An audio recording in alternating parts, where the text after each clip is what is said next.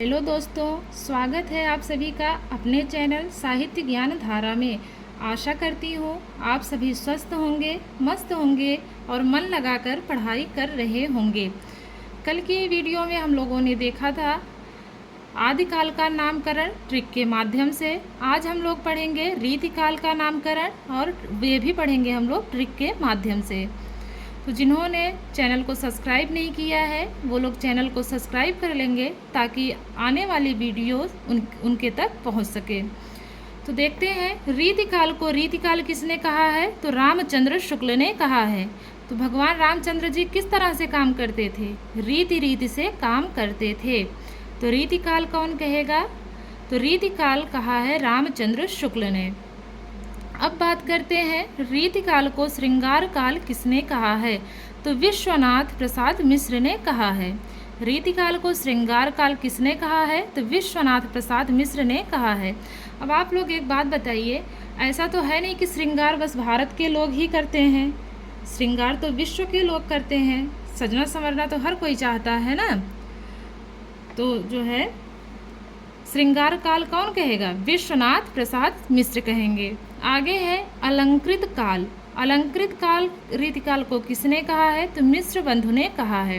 अगर कोई अपना अलंकरण करता है तो कैसा रहता है, सब कुछ मिक्स रहता है ना। कोई अगर अपना अलंकरण करता है तो सारा कुछ मिक्स रहता है, ऐसा तो है नहीं कि सब कुछ अलग अलग से रहता है।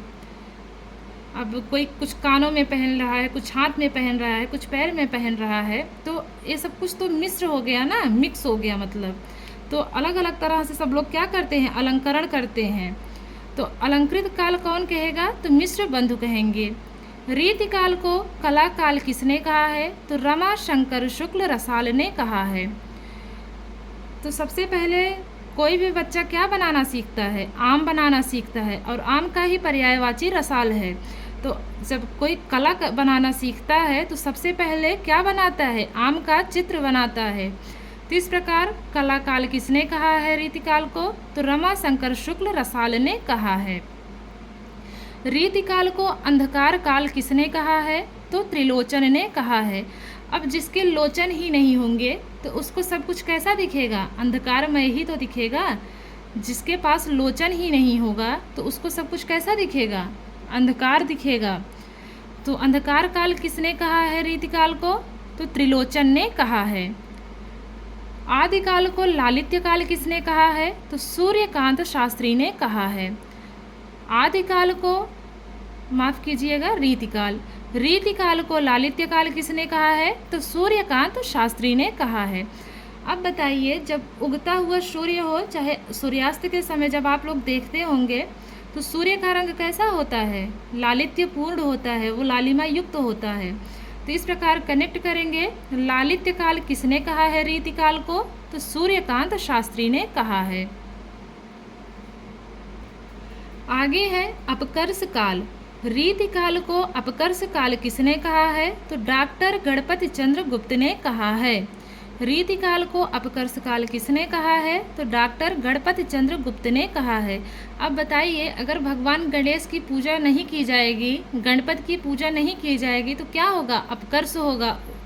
उस किसी भी व्यक्ति का क्या होगा, अपकर्ष होगा। इसीलिए सबसे पहले किसकी पूजा होती है, गणपति की होती है। तो अपकर्ष से अगर बचना है तो गणपति की पूजा करो। तो इस प्रकार कनेक्ट करेंगे इसको, अपकर्ष काल कौन कहेगा, तो डॉक्टर गणपति चंद्र गुप्त कहेंगे। रीतिकाल को शरीर काल की संज्ञा किसने दी, तो दिनकर ने दी। तो इस प्रकार से इसको कनेक्ट करेंगे, हमारा शरीर दिन भर काम करता है, हमारा शरीर दिन भर काम करता है, तो रीतिकाल को शरीर काल कौन कहेगा, तो दिनकर कहेंगे। रीतिकाल को रीति शाखा काल किसने कहा, रीतिकाल को रीति शाखा काल किसने कहा, तो राम अवध द्विवेदी ने कहा है। तो राम की शादी में अवध कौन कौन जाएंगे, तो सखा जाएंगे। राम की शादी में अवध में कौन कौन जाएंगे, तो सखा जाएंगे। तो रीतिकाल को रीति शाखा काल की संज्ञा कौन दिया है, राम अवध द्विवेदी ने। रीतिकाल को ह्रास काल किसने कहा है, तो शंभुनाथ ने कहा है। तो अगर ह्रास से बचना है तो शंभु की पूजा करो, अगर भगवान शंभु की पूजा नहीं करेंगे तो उत्थान नहीं होगा, क्या होगा? ह्रास होगा। तो ह्रास काल किसने कहा है रीतिकाल को? तो शंभुनाथ ने कहा है। रीतिकाल को शास्त्रीय काल किसने कहा है? रीतिकाल को शास्त्रीय काल किसने कहा है? तो राम प्रसाद मिश्र ने कहा है। रीतिकाल को शास्त्रीय काल किसने कहा है? तो राम प्रसाद मिश्र ने कहा है। तो शास्त्री लोग जो होते हैं वो लोग क्या करते हैं? वो लोग राम का प्रसाद देते हैं। शास्त्री को पंडित से कनेक्ट करेंगे तो जो शास्त्री लोग होते हैं वो लोग राम का प्रसाद देते हैं। तो रीतिकाल को शास्त्रीय काल किसने कहा है? तो राम प्रसाद मिश्र ने कहा है। रीतिकाल को चारणी काल किसने कहा है? तो FEK ने कहा है।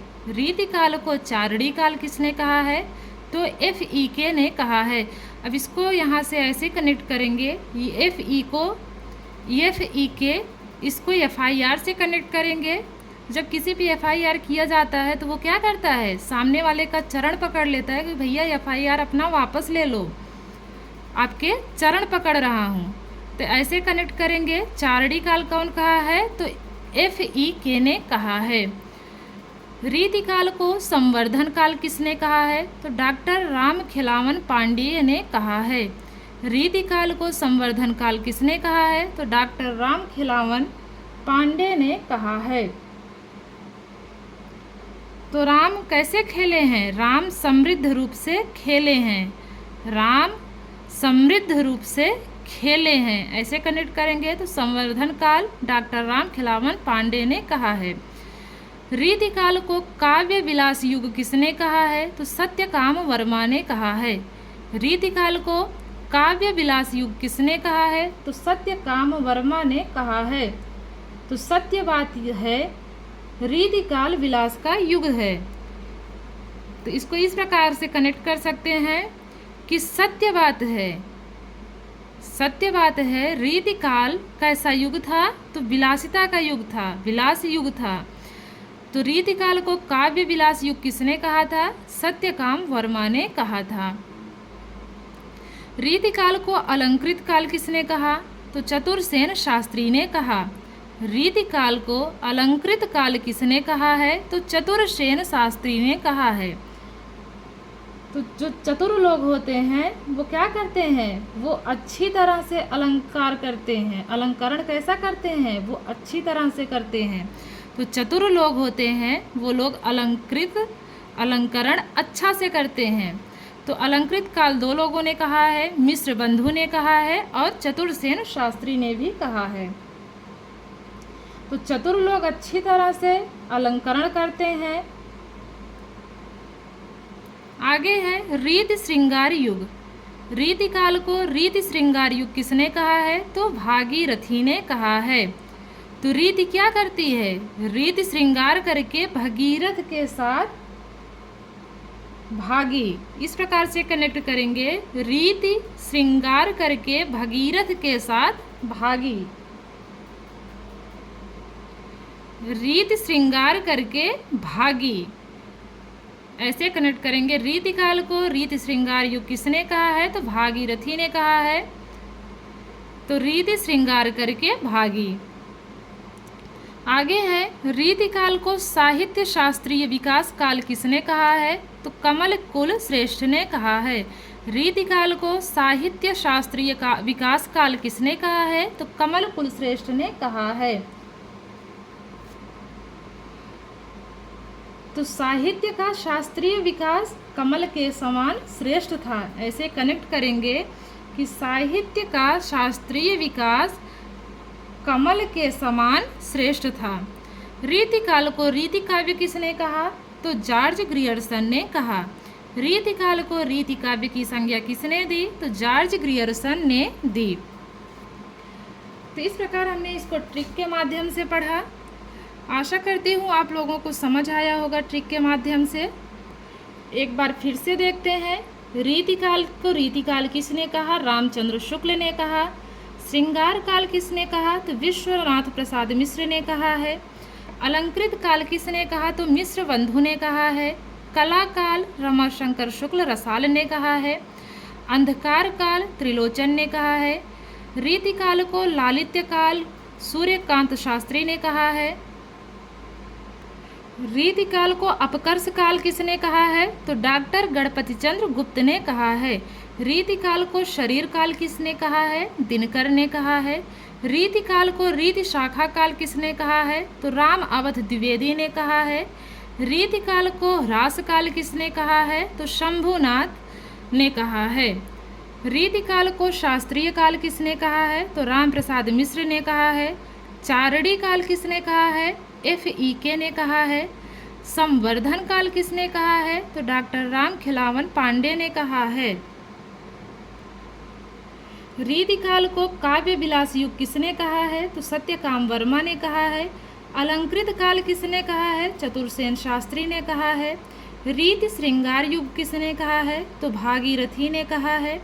साहित्य शास्त्रीय विकास काल किसने कहा है? तो कमल कुल श्रेष्ठ ने कहा है। रीतिकाल को रीति काव्य किसने कहा है? तो जॉर्ज ग्रियर्सन ने कहा है। तो आज हम लोगों ने पढ़ा रीतिकाल के नामकरण के बारे में और ट्रिक के माध्यम से पढ़ा है।